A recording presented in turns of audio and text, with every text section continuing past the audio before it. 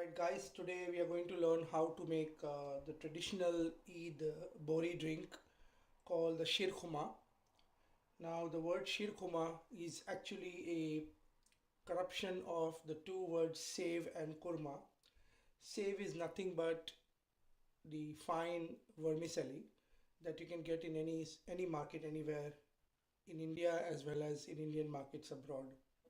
Available in two kind of varieties. The first one is the plain white vermicelli, and the second one is the brown roasted vermicelli. You can either go with the white one and then roast it in oil while making the preparation, or you can go directly for the brown one, and it just needs a little bit of stirring in oil because it's already roasted. That is a save. Kurma essentially means a mixture. So the word save and the word kurma have got kind of combined and corrupted into a single word shirkhuma, which is what this dish is all about. So what ingredients do you need? They include milk, some ghee, sugar, dry fruit in the form of almonds, pistachio, and charoli, dates, and finally some raisins. So it's basically a very simple preparation with less than 10 ingredients, and I'm going to take you through it in bits and pieces. We start this video where I've taken 2 liters of milk in a big round vessel, and I have been heating it for the last about 20 minutes on medium flame. I've made sure that it has got reduced by about 10%, and we will further reduce it when we actually cook the whole preparation later on. So here we are, milk is heated, boiled, and I'm now taking it off the stove. The next step is blanching the dry fruit. I have no English word for this one. This is called charoli. These are pistachio and these are almonds. Okay, so these are the 3 dry fruits that we take. I'm going to put some water in them and then put it on the same stove where I've been heating the milk so that they boil as well.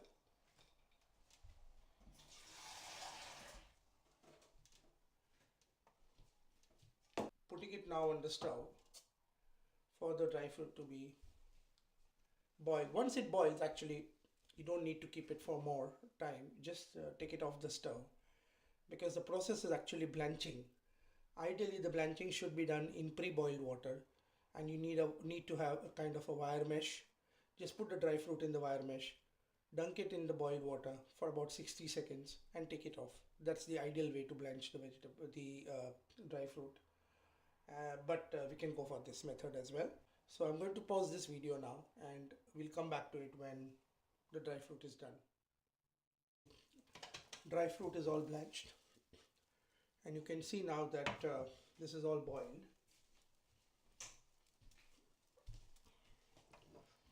I'm going to take it off now.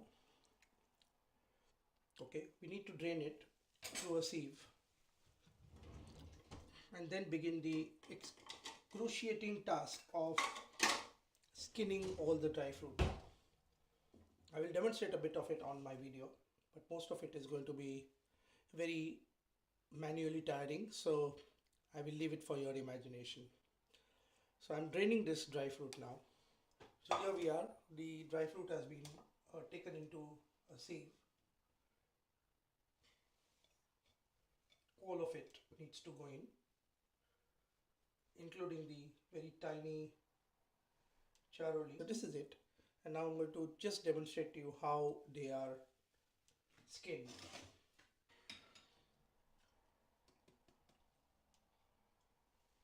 Alright, here we are. So you essentially pick up any dry fruit and this is how you skin it. Just press on it and then you get the almond separately and the skin comes out separately. So I will show you a bit more of this, and then we will pause the video till I finish the entire thing. So this is how the almonds are done. The pistachio is done in much the same way. Just squeeze the skin out. So that's how the pistachio skin comes out. And for the charoli, you have to kind of grab each one in hand and remove the skin. It comes out like a meshed up thing. The charoli itself comes out white like this. Okay, so that's how we do all the dry fruit. I'm letting the video linger so that I can show you a little more of the clean stuff.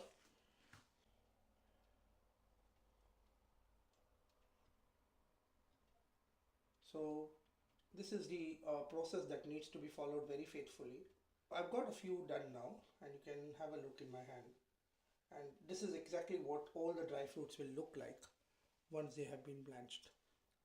The next step will be to dice the almonds and the pistachio into fine shreds. And the dry fruit are all ready.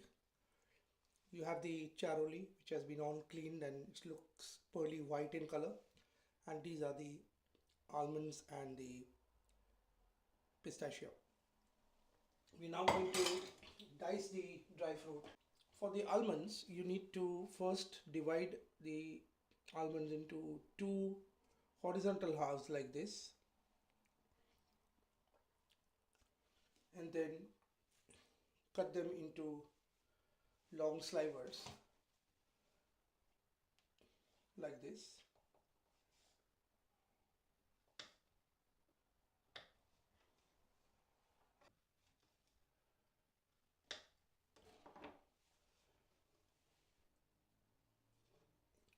This is how the slivers will look once they are cut. For the pistachio, you can simply cut it. Just to show you, I'm changing my hand just to show you how it is done. Basically, you can cut it in the short direction like this, or you can cut it in the long direction like this. It doesn't matter.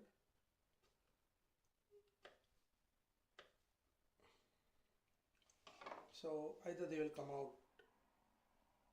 short or long, whichever way suits you. Okay, so that's how you will do all the dry fruit, basically all the almonds and the pistachio. This is just to show you how the dry fruits will look. I've added to this tray raisins and some dates.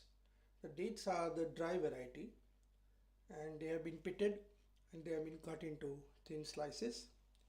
The charoli is what I cleaned, and the mix of almonds and pistachio are the ones that I have cut into slivers. So these are the four major ingredients. Along with this, we will also add the brown vermicelli. So this is the vermicelli that I have purchased from India, and this is what the vermicelli looks like. And I'm going to take a small portion of this when I finally start the preparation, which we are about to do now. So for the preparation, we'll first need to roast all these things in ghee. Ghee is nothing but hydrogenated vegetable oil. Start the cook. We are going to use a nice saucepan for this. We'll need ghee, which I'm now getting. So this is basically clarified butter, and I'm going to put ghee into this pan, which is now heating. The amount of ghee you use will depend on the amount of dry fruit that you need to roast. I've taken about 1.5 to 2 tablespoons of ghee, which should be enough for the amount of fruit that I have. Remember that we don't need to fry the dates and the raisins. We only need to fry the pistachio almond mix and the charoli mix, and then we just gently need to roast the brown vermicelli, which is already kind of roasted. So we don't need to do more on that, because if we do that, then it will get burnt. The ghee is quite nicely heated, and I'm going to start putting my dry fruit into it. to fry it. So that goes, the charoli goes in.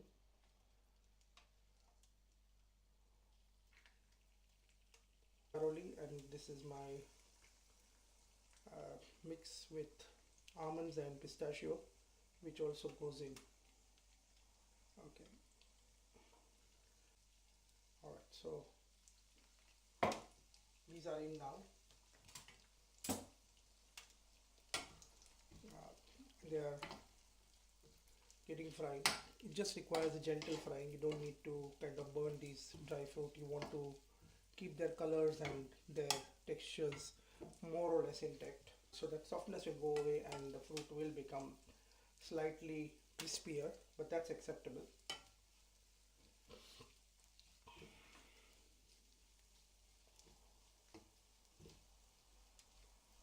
Alright, so the dry fruit is frying now, and I'm now adding the dates.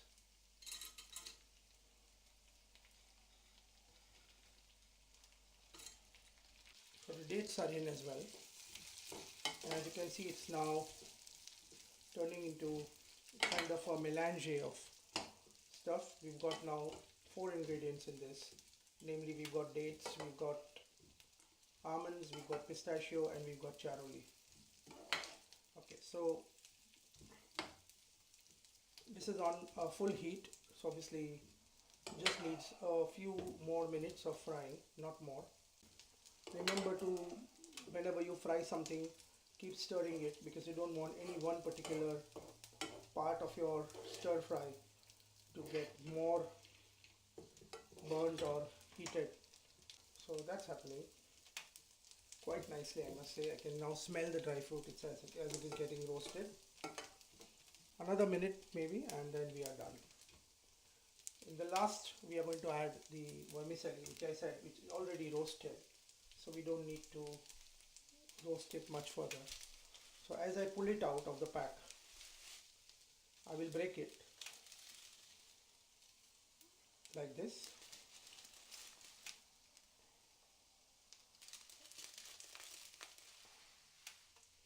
I'm making shirkhuma with 2 liters of milk, so I think the amount of vermicelli which I put into this is not going to be too much. That should be enough. So just to take you a little closer to the action, that's how it is looking now. I just need to stir the whole thing so that the vermicelli gets coated with the oil as well. So this is all done.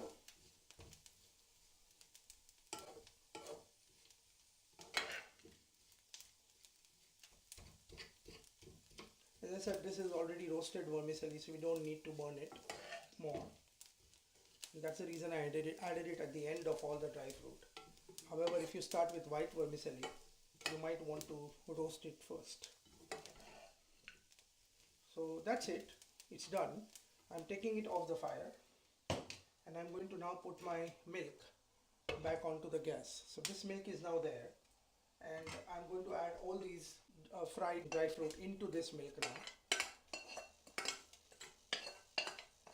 This is all now going to cook for at least another 20 minutes, during which process I'm going to add just one more ingredient, and that is the raisins, which I kept aside. Now the milk is all done. I'm just adding the raisins. The raisins, when they get boiled, they will turn into small round globules. You can see that this looks very nice. It's turning out into a very good preparation, and only one more ingredient needs to be added, which I have not listed at the beginning, which is going to give this shirkhuma a special flavor, and that is pure saffron. So I'm going to now add the saffron on the top and then switch off the gas, and the raisins will continue to kind of cook. The hot plate stays hot obviously, so the milk will also continue to cook for the next about 5 or 10 minutes. Alright, there we go. So we are now adding the saffron. This is pure saffron, and I think the country of origin is India, Kashmir. Uh, we need very little of these saffron. These come from flowers that even grow in the UK.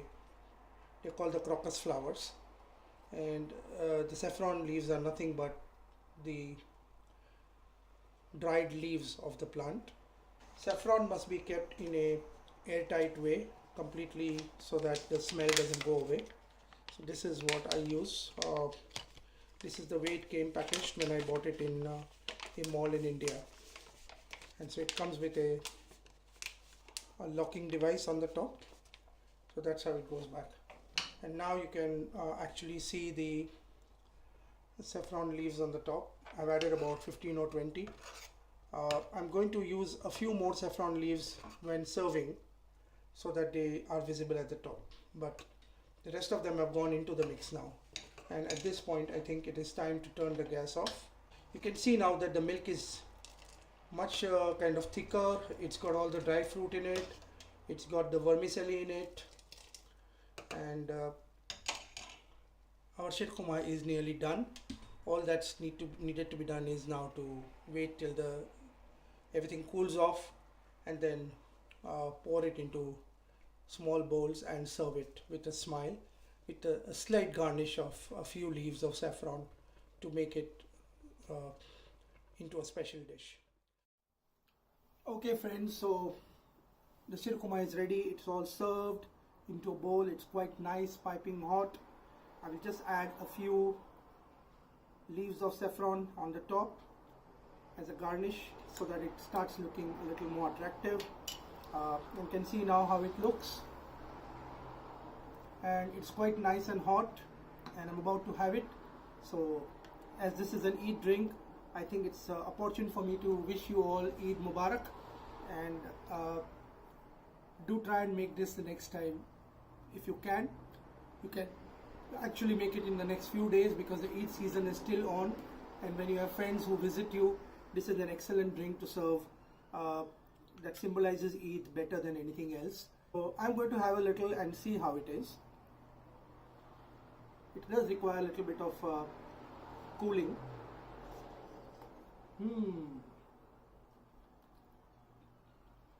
That's delicious, wonderful. Anyway, so that's it for you. It's a shirkhuma. A few quite kind of tips before we end this session. Shirkhuma is a drink to be had hot. However, depending on your personal likings, you can have it a little less hot than the way I am having it. The amount of sugar will depend on your taste. If you're a diabetic, I would suggest using a sugar-free substitute to sweeten the shirkhuma, and it perfectly rhymes in with what you're making. Last thing is the consistency of the shirkhuma should be a little thickish, but it should flow readily like it does here. The raisins have turned into nice round kind of globules, whereas the rest of it is all well cooked and perfectly coming together. The amount of vermicelli you add also will decide the thickness of the drink, so try and choose a level that gives you a drink that is thick but not too thick and not too full of vermicelli, otherwise it will kill the taste of all the dry fruit. So here's hoping that you try out this recipe, and do let me know in the comment section how it turned out and whether it was as awesome for you as it has been for me. Thank you, and I am signing off now.